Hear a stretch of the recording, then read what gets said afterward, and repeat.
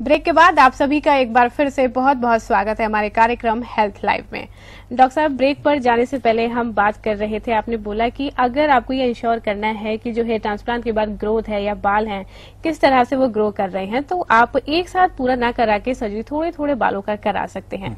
तो कितनी सिटिंग्स जो होती है उसकी जनरली वो रिक्वायर्ड होती है? देखिए, पहली सिटिंग सिर्फ ये है आपको तसल्ली देने के लिए पेशेंट को कि कोई दिक्कत तो नहीं होगा, क्या बाल वाकई में उग जाएंगे, क्या बाल उगने के बाद नेचुरल लगेंगे। अब अगर कोई बोलता है मैं सिर्फ 200 बाल पहले लगाना चाहता हूँ, तो हमें कभी कोई हिचकिचाहट नहीं होती। ठीक है, लगाइए, देखिए अच्छी तरह से उगेगा, उसके बाद अपनी मर्जी है, आप चाहे एक ही बारी में उसके बाद पूरे का पूरा करा लीजिए, या कई बार लोग होते हैं बोलते हैं नहीं किसी को पता नहीं चले इसलिए हम थोड़ा थोड़ा थोड़ा करके कराते हैं। ग्रेजुअली चेंज होगा अपीयरेंस, एकदम से ना हो, तो वो पेशेंट के ऊपर डिपेंड करता है। डॉक्टर साहब, एक कॉलर गुजरात से। हेलो हेलो, बताएं मोदी जी, क्या जानना चाहते हैं?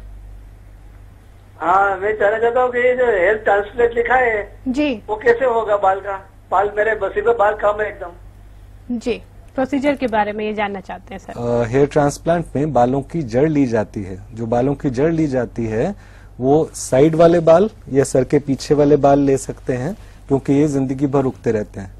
प्लस इसके अलावा हम दाढ़ी के बाल भी यूज कर सकते हैं, अगर आपकी दाढ़ी काफी स्ट्रांग है, और अगर बॉडी पे घने लंबे बाल हैं तो उनको भी यूज कर सकते हैं, ताकि जितने भी एरिया है उस पे हम ट्रांसप्लांट कर सकें।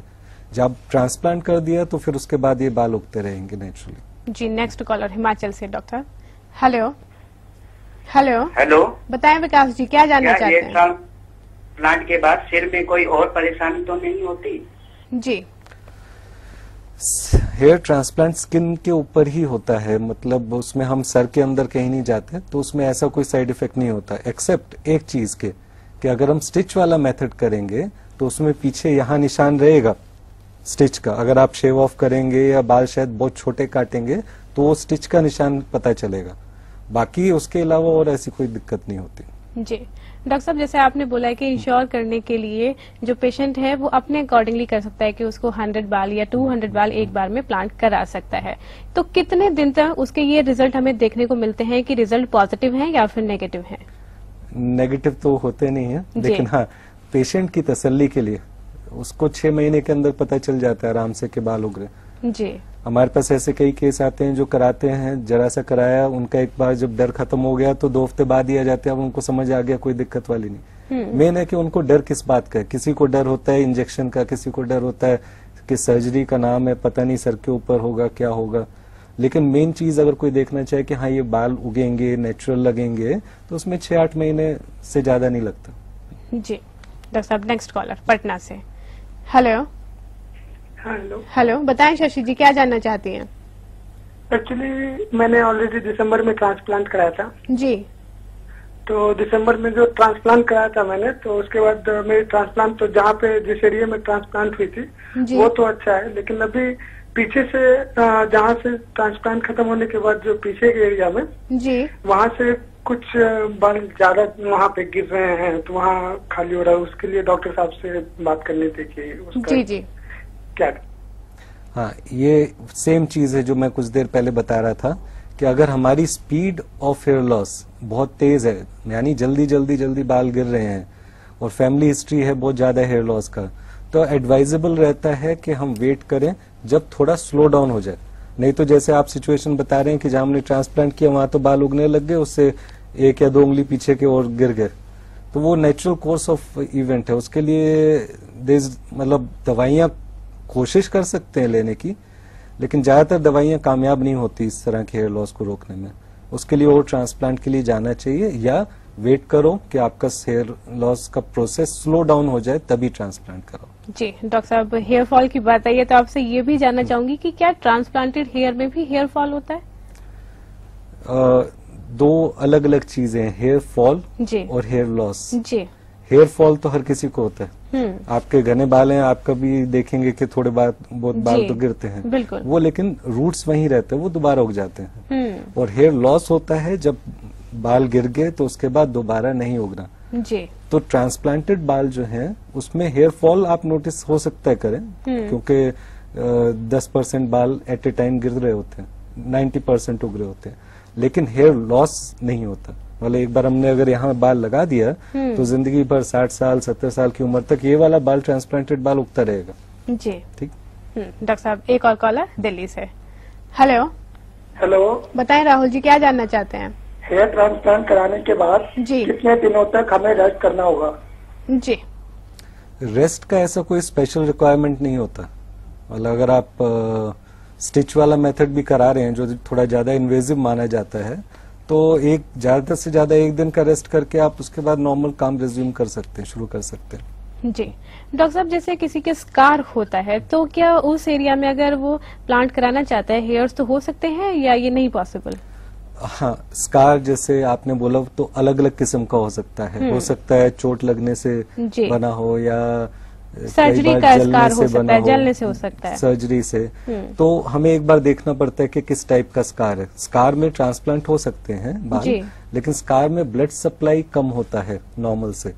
इसलिए अगर स्कार बहुत मोटा है या बहुत चौड़ा और मोटा है तो उसमें हम एडवाइस करते हैं कि पहले थोड़ा सा कराएं, देखें, फिर और कराएं। अगर वही स्कार पतला है, जैसे बर्न का स्कार है, तो उसमें कोई दिक्कत नहीं होता, उसमें रूटीनली हम करते हैं और वो बाल बहुत आसानी से उगते हैं। नेक्स्ट कॉलर है पंजाब से डॉक्टर साहब। हेलो। हाँ जी। हेलो, बताएं रमेश जी, क्या जानना चाहते हैं? हेलो। हेलो। हेलो, जी बताएं, क्या सवाल है आपका? हमारा सवाल है ये हमारे जो सिर के बाल हैं, हमने बहुत तेल बदले हैं लेकिन हमारे बाल बहुत झड़ते हैं, बचते नहीं हैं। जी। बाल झड़ना और हेयर लॉस दो, जैसे मैंने अभी बताया, अलग अलग चीज है। बाल बढ़ने के लिए हमको कई चीजें देखनी होती हैं, जैसे आप अपने डॉक्टर, नजदीकी डॉक्टर से चेकअप कराएं, हार्मोन्स के बारे में, थायराइड का प्रॉब्लम तो नहीं है, डायबिटीज का दिक्कत तो नहीं है, आपका डाइट बैलेंस डाइट होना चाहिए।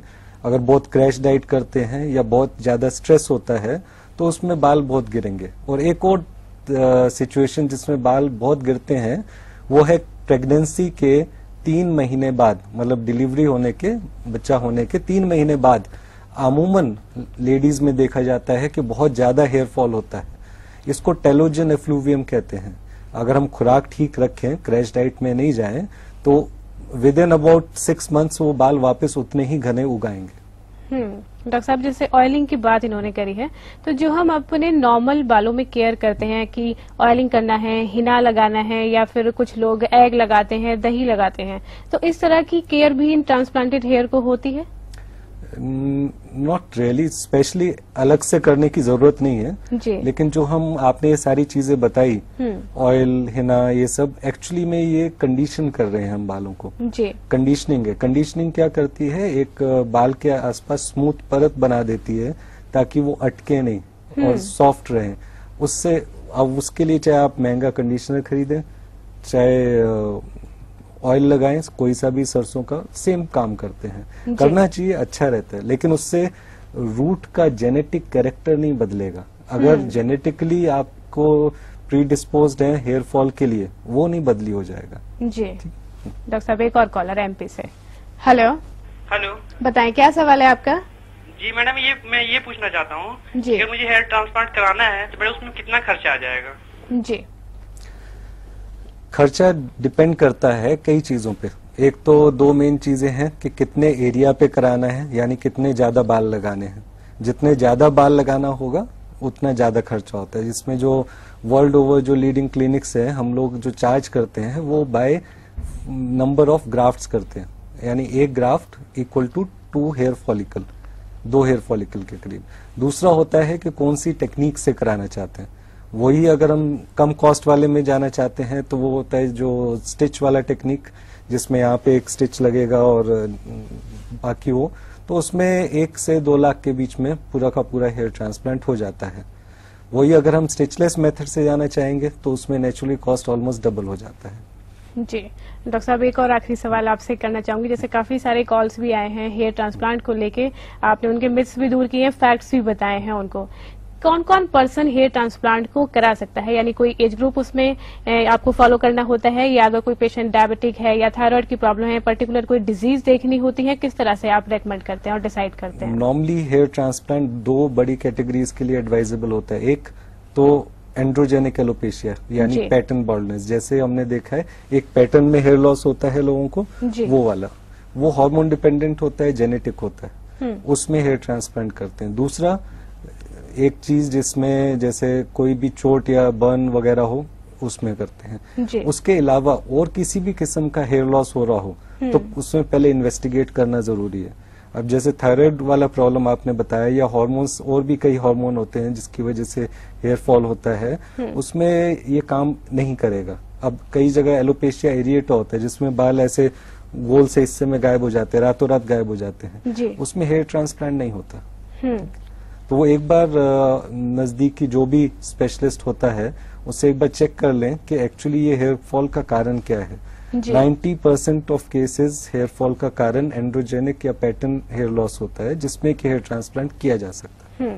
और इन सारे रीजंस को जानने के बाद डॉक्टर साहब किसी भी एज ग्रुप का इंसान हेयर ट्रांसप्लांट करा सकता है? अगर एंड्रोजेनिक एलोपेशिया है तो किसी भी, हमने 18 साल से लेकर 70 साल की उम्र तक हर किस्म के पेशेंट्स का किया। ऐसा कोई दिक्कत नहीं है जब तक कि आपको कोई मेजर बीमारी ना हो। जी। अगर आपको कोई मेजर हार्ट कंडीशन है या ऐसा है जिससे कि आपको सर्जरी किसी भी किस्म की नहीं करा सकते, बारिंग दैट एज का कोई डिफरेंस नहीं। जी डॉक्टर साहब, चलिए बहुत बहुत शुक्रिया आपका हमारे स्टूडियो आने के लिए और हमारे सभी व्यूअर्स की प्रॉब्लम को सॉल्व करने के लिए। Thank you so much. दर्शकों, बातचीत करी हमने डॉक्टर अरविंद पोसवाल से और जाना कि हेयर ट्रांसप्लांट किस तरह की टेक्निक है और सारे मिक्स के बारे में जाना, सारे ही फैक्ट्स के बारे में जाना। अगर आपको भी डर लगता है कि हेयर ट्रांसप्लांट कराने से किसी तरह के कोई कॉम्प्लिकेशन हो सकते हैं, कोई प्रॉब्लम हो सकती है, तो उन सारे डर को आप दूर कर सकते हैं और ये निश्चित कर सकते हैं कि अगर आपको जरूरत है हेयर ट्रांसप्लांट की तो बिना किसी डर के आप निश्चिंत होकर हेयर ट्रांसप्लांट कराइए। उसके लिए आप डॉक्टर अरविंद से अपॉइंटमेंट भी ले सकते हैं। आज के लिए कार्यक्रम में बस इतना ही। दीजिए